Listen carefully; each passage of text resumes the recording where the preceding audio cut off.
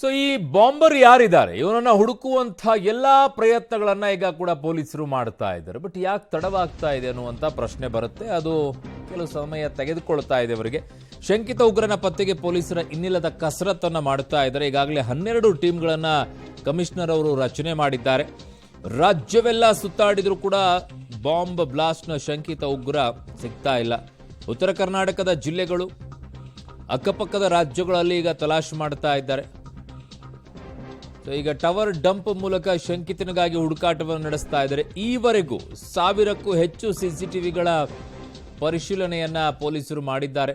ಸುಮ್ಮನೆ ಕೂತಿರಲ್ಲ, ಅವ್ರು ಕೆಲಸ ಮಾಡೇ ಮಾಡ್ತಾರೆ. 12 ತಂಡಗಳ ರಚನೆ ಮಾಡಿದ್ದಾರೆ ಅಂತಂದ್ರೆ ಅಲ್ಲಿ ಒಂದೊಂದು ತಂಡಕ್ಕೂ ಕೂಡ ಒಂದೊಂದು ಜವಾಬ್ದಾರಿನ ಕೊಟ್ಟಿದ್ದಾರೆ. ಒಂದು ತಂಡ ಸಿಸಿಟಿವಿ ಪರಿಶೀಲನೆ ಮಾಡುತ್ತೆ, ಇನ್ನೊಂದು ತಂಡ ಅವನು ಓಡಾಡಿರುವಂಥ ಬಸ್ಗಳ ವಿಚಾರದಲ್ಲಿ ಹುಡುಕುತ್ತೆ, ಇನ್ನೊಂದು ತಂಡ ಬೇರೆ ರಾಜ್ಯಗಳಿಗೆ ಏನಾದರೂ ಟ್ರಾವೆಲ್ ಮಾಡಿದಾನ ಅಲ್ಲಿದೇನಾದರೂ ಹುಡುಕ್ತಾರೆ.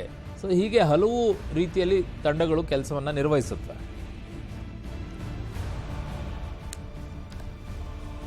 ಕ್ರೈಮ್ ಬ್ಯೂರೋ ಇಂದ ನನ್ನ ಸಹೋದ್ಯೋಗಿ ನರಸಿಂಹಮೂರ್ತಿ ಗವಿನಾಗಮಂಗಲ ನನ್ನ ಸಂಪರ್ಕಕ್ಕೆ ಸಿಗ್ತಾ ಇದ್ದಾರೆ. ನರಸಿಂಹಮೂರ್ತಿ, ಈಗ ಪೊಲೀಸರಿಗೆ ಒಂದು ಸುಳಿವು ಕೂಡ ಇದರಲ್ಲಿ ಸಿಗ್ತಾ ಇಲ್ವಾ, ಅಥವಾ ಸಿಕ್ಕಿದ್ದ ಆಚೆಗೆ ಹೇಳಬಾರದು ತನಿಖೆಯ ಸಂದರ್ಭದಲ್ಲಿ ಅನ್ನೋದಂತೂ ಸ್ಪಷ್ಟವಾಗಿರುತ್ತೆ.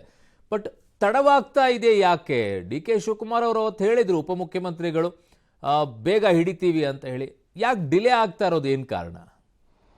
ಅರುಣ್, ನಿಜ, ಮಾರ್ಚ್ 1ನೇ ತಾರೀಕು ರಾಮೇಶ್ವರಂ ಕೆಫೆಯಲ್ಲಿ ಬಾಂಬ್ ಬ್ಲಾಸ್ಟ್ ಅನ್ನ ನಡೆಸಿದ್ದಾತ ಶಂಕಿತ ಉಗ್ರನನ್ನ ಇನ್ನೂ ಕೂಡ ಪತ್ತೆ ಮಾಡೋದಕ್ಕೆ ಸಾಧ್ಯವಾಗಿಲ್ಲ. ಇವತ್ತು ಮಾರ್ಚ್ 4, ಅಲ್ಲಿಗೆ ಈಗಾಗಲೇ ಘಟನೆ ನಡೆದು 3 ದಿನಗಳು ಕಳೆದೋಯ್ತು. ಆರಂಭದಲ್ಲಿ ಪೊಲೀಸರಾದಿಯಾಗಿ ಸರ್ಕಾರದ ಸಚಿವರುಗಳು ಕೂಡ ಆದಷ್ಟು ಬೇಗ ಪತ್ತೆಯನ್ನು ಮಾಡ್ತೀವಿ ಅನ್ನೋ ನಿಟ್ಟಿನಲ್ಲಿ ಒಂದು ಭರವಸೆಯ ಮಾತುಗಳನ್ನಾಡಿದ್ರು.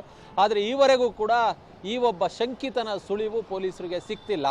ಯಾಕೆ ಅಂದರೆ ಈತ ಈ ಹಿಂದೆ ಅಂದರೆ ಬೇರೆ ಬೇರೆ ರೀತಿಯಾದಂತಹ ಯಾವುದೋ ಒಂದು ಉಗ್ರ ಸಂಘಟನೆಯ ಜೊತೆ ಆತ ಒಂದಷ್ಟು ಟ್ರೈನಿಂಗನ್ನು ಪಡೆದುಕೊಂಡಿದ್ದಾನೆ. ಪೊಲೀಸರು ಹೇಗೆ ಕಾರ್ಯವನ್ನು ನಿರ್ವಹಿಸ್ತಾರೆ, ಹೇಗೆ ತನಿಖೆಯನ್ನು ನಡೆಸ್ತಾರೆ, ಹೇಗೆ ಸಿಗ್ಗಾಕೊಳ್ಬಾರ್ದು, ಈ ಎಲ್ಲ ರೀತಿಯ ಒಂದಷ್ಟು ಟ್ರೈನಿಂಗ್ಗಳು ಆತ ಪಡೆದಂತೆ ಕಾಣಿಸ್ತಿದೆ. ಈ ಹಿನ್ನೆಲೆಯಲ್ಲಿ ಆತನನ್ನು ಬಂಧನ ಮಾಡೋದು ತಡವಾಗ್ತಿದೆ.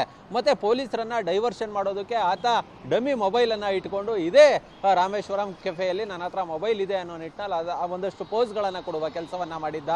ಮುಖಕ್ಕೆ ಮಾಸ್ಕ್ ಹಾಕೊಂಡಿದ್ದ, ಕಣ್ಣಿಗೆ ಗ್ಲಾಸನ್ನು ಹಾಕೊಂಡಿದ್ದ, ತಲೆಗೆ ಹ್ಯಾಟ್ ಹಾಕೊಂಡಿದ್ದ. ಅಂದರೆ ತನ್ನ ಮುಖ ಚಹರೆ ಎಲ್ಲೂ ಕಂಡು ಬರಬಾರ್ದು ಅನ್ನೋ ನಿಟ್ಟಿನಲ್ಲಿ ಒಂದಷ್ಟು ಪ್ರಿಕಾಷನ್ಸ್ ಅನ್ನು ತೆಗೆದುಕೊಂಡು ಆತ ಈ ರೀತಿಯಾದಂತಹ ಒಂದು ದುಷ್ಕೃತ್ಯವನ್ನು ಎಸಗಿದ್ದಾನೆ. ಒಂದು ಟೆಕ್ನಿಕಲ್ ಎವಿಡೆನ್ಸ್ಗಳನ್ನ ಇಟ್ಕೊಂಡು ಒಂದಷ್ಟು ಟೆಕ್ನಿಕಲ್ ಆಗಿ ಹುಡುಕುವ ಪ್ರಯತ್ನವನ್ನು ಮಾಡಿದ್ರು ಸಹ ಈವರೆಗೆ 1000ಕ್ಕೂ ಹೆಚ್ಚು CCTVಗಳನ್ನು ಪರಿಶೀಲನೆಯನ್ನು ಮಾಡಿದ್ದಾರೆ. ಆತ ಬಂದಂತಹ ಹಾದಿ, ಹೋದಂತಹ ಹಾದಿ, ಯಾವ ಸಮಯಕ್ಕೆ ಇಲ್ಲಿ ಬಂದ, ಯಾವ ಸಮಯಕ್ಕೆ ಇಲ್ಲಿಂದ ಹೊರಟೋದ, ಬೆಂಗಳೂರು ನಗರವನ್ನು ತೊರೆದು ಎಷ್ಟು ದಿನದಲ್ಲಿ ಅಂದರೆ ಎಷ್ಟು ಗಂಟೆಯಲ್ಲಿ ಬೆಂಗಳೂರು ನಗರವನ್ನು ತೊರೆದಿದ್ದಾನೆ, ಎಲ್ಲ ಆಯಾಮಗಳಲ್ಲೂ ಕೂಡ ತನಿಖೆ ಸಾಗ್ತಿದೆ. ಒಂದೊಂದು ಟೀಮ್ಗಳು, ಸುಮಾರು 12 ಟೀಮ್ಗಳು ಒಂದೊಂದು ಕೆಲಸವನ್ನು ಹಚ್ಚಿಕೊಂಡು ಇಡೀ ರಾಜ್ಯ ಸೇರಿದಂತೆ ಇಡೀ ಕರ್ನಾಟಕದಲ್ಲಿ ಎಲ್ಲ ಜಿಲ್ಲೆಗಳು ತಲಾಶ್ ಕಾರ್ಯವನ್ನು ಸಹ ನಡೆಸ್ತಿದ್ದಾವೆ. CCB ಪೊಲೀಸರ ಜೊತೆ ಬೆಂಗಳೂರು ನಗರ ಪೊಲೀಸರು ಕೂಡ ಕೈ ಜೋಡಿಸಿ ಈತನನ್ನು ಪತ್ತೆ ಮಾಡಲೇಬೇಕು ಅನ್ನೋ ನಿಟ್ಟಿನಲ್ಲಿ ಹಗಲು ಇರುಳು ಶ್ರಮವನ್ನು ಹಾಕ್ತಿದ್ದಾರೆ. ಆದರೆ ಶಂಕಿತ ಉಗ್ರನ ಸುಳಿವು ಇನ್ನೂ ಕೂಡ ಸಿಕ್ಕಿಲ್ಲ. ಕಾರಣ ಒಂದಷ್ಟು ಬೇರೆ ಬೇರೆ ಕಾರಣಗಳಿರ್ಬೋದು. ಈ ಹಿಂದೆ ಈತ ಯಾವುದೇ ಬೇರೆ ಉಗ್ರ ಸಂಘಟನೆಗಳಲ್ಲಿ ಗುರುತಿಸಿಕೊಂಡಿರಲ್ದೇ ಇರ್ಬೋದು, ಈತನ ಹೆಸರು ಮುನ್ನೆಲೆಗೆ ಬಂದಿಲ್ಲದೆ ಇರ್ಬೋದು, ಅಥವಾ ಈ ಹಿಂದೆ ಬೇರೆ ಯಾವುದಾದ್ರೂ ಬಾಂಬ್ ಬ್ಲಾಸ್ಟ್ ಕೇಸ್ಗಳಲ್ಲಿ ಈತ ಅರೆಸ್ಟ್ ಆಗಿ ಜೈಲಿಗೆ ಹೋಗದೇ ಇರ್ಬೋದು. ಹೊಸದಾಗಿ ಈ ಯುವಕನನ್ನು ಒಂದು ರೀತಿ ಆತನ ಬ್ರೈನನ್ನು ವಾಶ್ ಮಾಡಿ ಈ ಒಂದು ದುಷ್ಕೃತ್ಯಕ್ಕೆ ನೂಕಿರಬಹುದು. ಹೀಗಾಗಿ ಒಂದು ಸ್ವಲ್ಪ ಸಮಯ ಹಿಡಿಯಬಹುದು. ಒಂದೇ ಒಂದು ಉದಾಹರಣೆ ಅರುಣ್, 2014ರಲ್ಲಿ ಬೆಂಗಳೂರಿನ ಚರ್ಚ್ ಸ್ಟ್ರೀಟ್ ಅಲ್ಲಿ ನಡೆದಂತಹ ಬಾಂಬ್ ಬ್ಲಾಸ್ಟ್ ಏನಿದೆ ಅದರ ಪ್ರಕರಣದ ರೂವಾರಿ 2 ವರ್ಷಗಳ ಬಳಿಕ ಅಂದರೆ 2016ರಲ್ಲಿ ಇದೇ ಪರಪ್ಪನ ಅಗ್ರಹಾರದಲ್ಲಿ ಸಾಮಾನ್ಯ ಪ್ರಜೆಯಂತೆ ಕೆಲಸ ಮಾಡ್ಕೊಂಡಿರ್ತಾನೆ. ಆ ಸಂದರ್ಭದಲ್ಲಿ ಅರೆಸ್ಟ್ ಅನ್ನ ಮಾಡಲಾಗುತ್ತೆ. ಹೀಗಾಗಿ ಸ್ವಲ್ಪ ಸಮಯ ಹಿಡಿಯಬಹುದು. ಕೇಂದ್ರ ತನಿಖಾ ಸಂಸ್ಥೆಗಳಿಗೂ ಕೂಡ ಮಾಹಿತಿಯನ್ನು ಕೊಟ್ಟಿದ್ದಾರೆ. ಆದರೆ ಹಿಡಿತೀವಿ ಅನ್ನೋ ಭರವಸೆಯ ಮಾತುಗಳನ್ನು ಪೊಲೀಸರು ಆಡ್ತಿದ್ದಾರೆ. ಆ ನಿಟ್ಟಿನಲ್ಲಿ ಬೇಕಾದಂತಹ ಕೆಲಸಗಳನ್ನು ಹಗಲು ಇರುಳು ಮಾಡ್ತಿದ್ದಾರೆ. ರಾಮೇಶ್ವರಂ ಕೆಫೆ ಸ್ಫೋಟದ ಮೆಗಾ ಅಪ್ಡೇಟ್ ನಿಮ್ಮ ಮುಂದೆ ಇಡ್ತಾ ಇದೀವಿ. ಬಟ್ ಸಮಯ ತೆಗೆದುಕೊಳ್ಳುತ್ತೆ. ಯಾರ್ಯಾರನ್ನೋ ಹಿಡ್ಕೊಂಡು ಬಂದು ಇವರೇ ಮಾಡಿದ್ದಾರೆ ಅಂತ ಹೇಳೋಕ್ಕಾಗೋದಿಲ್ಲ. ಕ್ಲಿಯರ್ ಕಟ್ ಆಗಿ ವಿತ್ ಎವಿಡೆನ್ಸ್ ಹಿಡ್ಕೊಂಡು ಬರಬೇಕಾಗತ್ತೆ. ಅವುಗಳನ್ನೆಲ್ಲ ಈಗ ಪೊಲೀಸರು ತನಿಖೆಯ ಮೂಲಕವಾಗಿ ಮಾಡ್ತಾ ಇದ್ದಾರೆ. CCTV ದೃಶ್ಯಾವಳಿಗಳನ್ನು ಹಿಡಿತಾ ಇದ್ದಾರೆ, ಮೊಬೈಲ್ ಟವರ್ಗಳನ್ನು ಹುಡುಕ್ತಾ ಇದ್ದಾರೆ, ಜೊತೆಗೆ ಬಸ್ನಲ್ಲಿ ಓಡಾಡಿರುವಂಥ ವಿಚಾರಗಳನ್ನ ಇಟ್ಕೊಂಡಿದ್ದಾರೆ. 1000ಕ್ಕೂ ಹೆಚ್ಚು CC ಕ್ಯಾಮ್ರಾಗಳ ದೃಶ್ಯಾವಳಿಗಳನ್ನು ಹಿಡ್ಕೊಂಡಿದ್ದಾರೆ.